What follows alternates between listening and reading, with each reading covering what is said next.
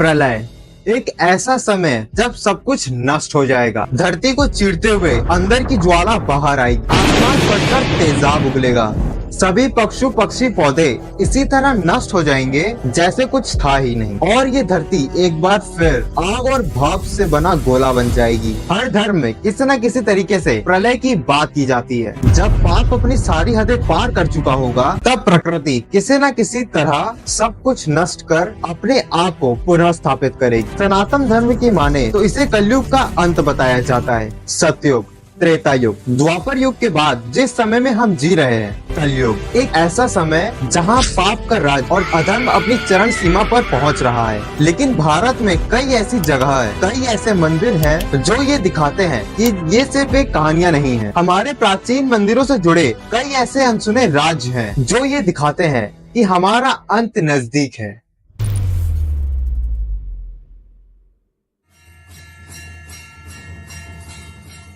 यदा यदा हि धर्मस्य ग्लानिर्भवति भारत अभ्युत्थानमधर्मस्य तदात्मानं सृजाम्यह। जब जब कर्म का पासा पलटता है और अधर्म अपने पैर फैलाता है, मैं कृष्ण खुद इस धरती पर जन्म लेता हूँ। भगवत गीता का ये श्लोक हमें बचपन से ही श्री कृष्ण के वचन की याद दिलाता है। भारत के जयपुर में बसा ये कल्कि मंदिर शायद इस बात का जीता जागता सबूत है। माना जाता है कि कल्कि का इस धरती पर अवतरण देवदत्त नाम के एक सफेद घोड़े पर होगा। वही देवदत्त जिसकी मूर्ति कल्कि मंदिर पे है और जिंदा है। कल्कि पुराण के अनुसार भगवान श्री कृष्ण इस धरती पर 9 बार अवतार ले चुके हैं, लेकिन उनका आखिरी अवतार कल्कि अवतार का जन्म होना अभी बाकी है। इस जन्म का उद्देश्य होगा कली असुर का अंत करना और समस्त संसार को उसके प्रकोप से मुक्त करना। लेकिन माना जाता है कि कल्कि असुर का असर इतना भयंकर होगा कि सारी मानवता पूरी तरीके से भ्रष्ट हो चुकी होगी, जमीन पूरी तरह से सूख चुकी होगी और आसमान से तेजाब बरस रहा होगा, सारे पशु पक्षी नष्ट हो चुके होंगे और खुद मानव एक राक्षस का रूप ले चुका होगा। वो कीड़े मकोड़ों की तरह एक दूसरे को खाना शुरू कर देगा।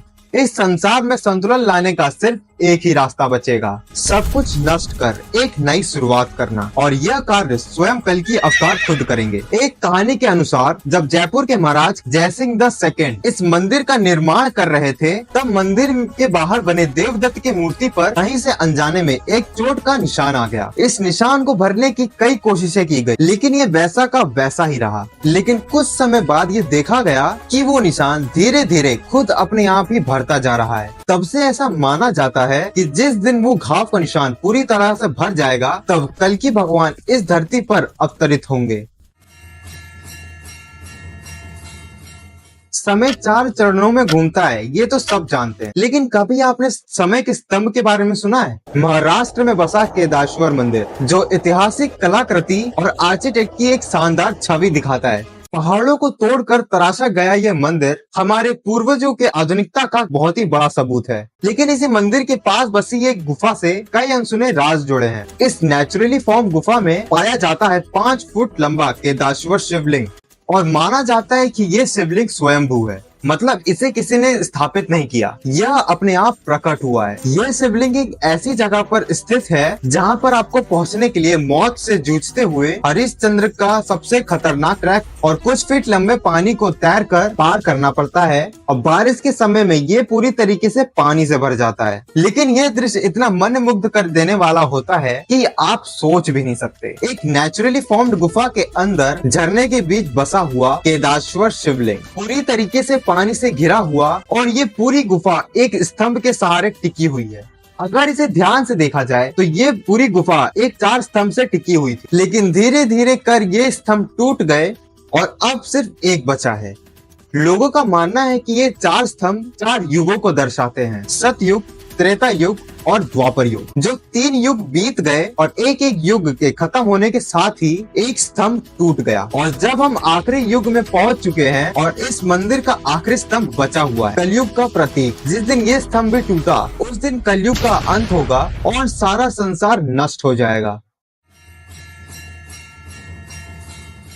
एक ऐसा शिवलिंग जो शरद पूर्णिमा के दिन नरक का द्वार खोल देगा। मध्य प्रदेश के बसे ये खजुराहो टेम्पल्स जो अपने 1000 साल पुराने आर्किटेक्ट के कारण पूरी दुनिया में मशहूर है और माना जाता है कि यहाँ पर 85 मंदिर हुआ करते थे और जिनमें से अब 25 बाकी रह गए हैं और इन्हीं में से एक है मतंगेश्वर महादेव मंदिर, खजुराहो का सबसे बड़ा मंदिर।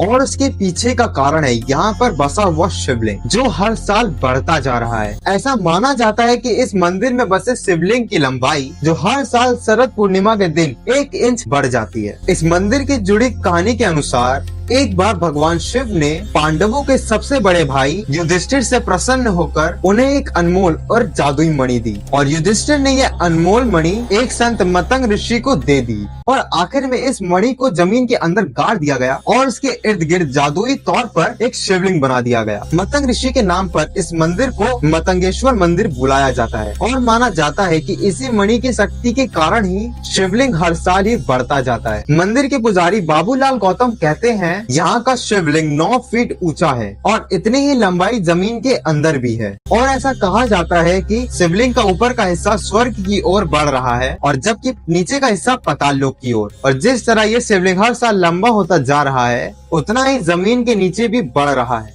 और ऐसे ही बढ़ते बढ़ते एक दिन ऐसा आएगा ये शिवलिंग नीचे पाताल लोक का द्वार खोल देगा और उस दिन कलयुग समाप्त होगा और ये दुनिया नष्ट हो जाएगी। जोशीमठ टूट रहा है।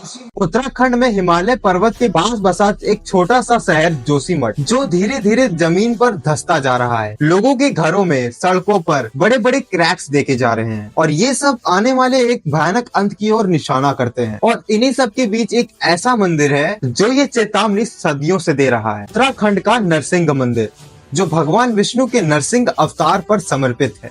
एक पुरानी कहानी के अनुसार 8वीं शताब्दी में आदि शंकराचार्य ने जोशीमठ में भगवान विष्णु के रूप में नरसिंह की प्रतिमा स्थापित की और इसी के साथ ही उन्होंने एक भविष्यवाणी की कि हर साल नरसिंह की मूर्ति का एक हाथ पतला होता जाएगा और जिस दिन ये हाथ गिरकर टूटा तो उस दिन एक भयंकर भूकंप आएगा। पास में स्थित जय और विजय नाम के 2 शिखर एक साथ मिल जाएंगे और हिमालय पर्वत टूटकर गिर जाएगा और बद्रीनाथ हमेशा हमेशा के लिए बंद हो जाएगा। और एक कहानी ऐसी भी है कि भविष्य बद्री नाम से एक नया बद्रीनाथ उजागर होगा जिसकी मूर्ति स्वयं प्रकट होगी और आज वही हो रहा है।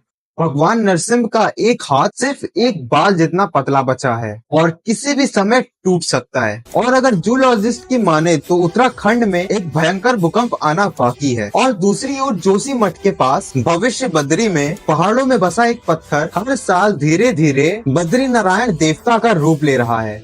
कुछ साधु आज भी बर्फ की चादर ओढ़े इस स्थल पर बैठे रहते हैं इस उम्मीद में कि जल्दी से ये भविष्यवाणी सिद्ध हो। हर धर्म प्रलय के बारे में बात करता है। क्रिश्चियनिटी में आर्मगेडोन, डे ऑफ जजमेंट, इस्लाम में कयामत का दिन और इसी तरह Buddhism, north mythology, Greek mythology सभी में एक ऐसा दिन, एक ऐसी जंग, एक ऐसी प्रलय, कुछ न कुछ ऐसा आता है जब सब कुछ नष्ट हो जाता है और धरती अपने आप को रीसेट करती है। और साइंस में भी ऐसा देखा गया है कि पृथ्वी को 10,000 सालों में कोल्ड और वार्म पीरियड साइकिल से गुजरती है और हजारों सालों तक बर्फ की चादर से ढकी रहती है और धीरे धीरे पूरी तरीके से तपती जाती। और इसी वार्म और कोल्ड साइकिल की वजह से कई सारी प्रजातियां नष्ट हो चुकी है। कई लोग ऐसा भी मानते हैं कि ग्लोबल वार्मिंग भी पृथ्वी की नेचुरल साइकिल ही है। इन सभी एंड ऑफ वर्ल्ड प्रेडिक्शन के बीच एक मसीहा की भी बात की जाती है। घोड़े में सवार, हाथ में अग्नि समान तलवार लिए एक मसीहा आएगा और जो सारी बुराइयों का अंत कर देगा और एक नई दुनिया का निर्माण करेगा। एक ऐसी दुनिया जो पाप, दुख, दर्द, बीमारी और तकलीफों से मुक्त होगी और एक ऐसी दुनिया जो स्वर्ग की तरह महसूस होगी। और सनातन धर्म में हम इसे सतयुग कहते हैं। ये सारे कॉन्सेप्ट्स और कहानियाँ कितनी सच है ये एक आज भी गहरा राज है, लेकिन ये सब कई लोगों के लिए एक उम्मीद की किरण बनते हैं। और आपके इस बारे में क्या थॉट्स हैं हमें कमेंट सेक्शन में जरूर बताएं। अगर वीडियो आपको पसंद आया तो इसे लाइक और शेयर कीजिए और ऐसे ही मिस्टीरियस और हॉरर स्टोरीज के लिए, कहानियों के लिए इस चैनल को जरूर सब्सक्राइब करें।